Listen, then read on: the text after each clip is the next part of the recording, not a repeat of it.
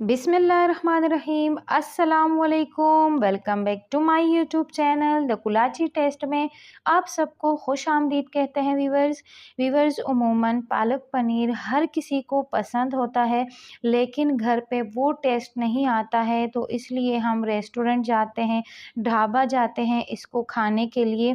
तो हम आपको घर पर रेस्टोरेंट वाला ढाबे वाला टेस्ट देने के लिए एक रेसिपी लेकर आए हैं पालक पनीर की, जो बिल्कुल आपको ढाबे स्टाइल वाला लुक भी देंगी और ढाबा स्टाइल का टेस्ट भी आएगा इसके अंदर। सो आपने रेसिपी को फुल वॉच करना है और ये क्रीमी सा पालक पनीर रेसिपी मैं आपके साथ शेयर करने वाली हूँ व्यूअर्स। सो फ्रेंड्स, यहाँ पे हमने 3 गड्डी पालक ली है, उसको हमने अच्छे से 3-4 बार पानी से वॉश कर लिया है। और यहाँ पे हमने एक पतीला रख दिया है, उसके अंदर 3 से 4 गिलास हमने सिंपल पानी डाल दिया है। जब पानी के अंदर अच्छे सा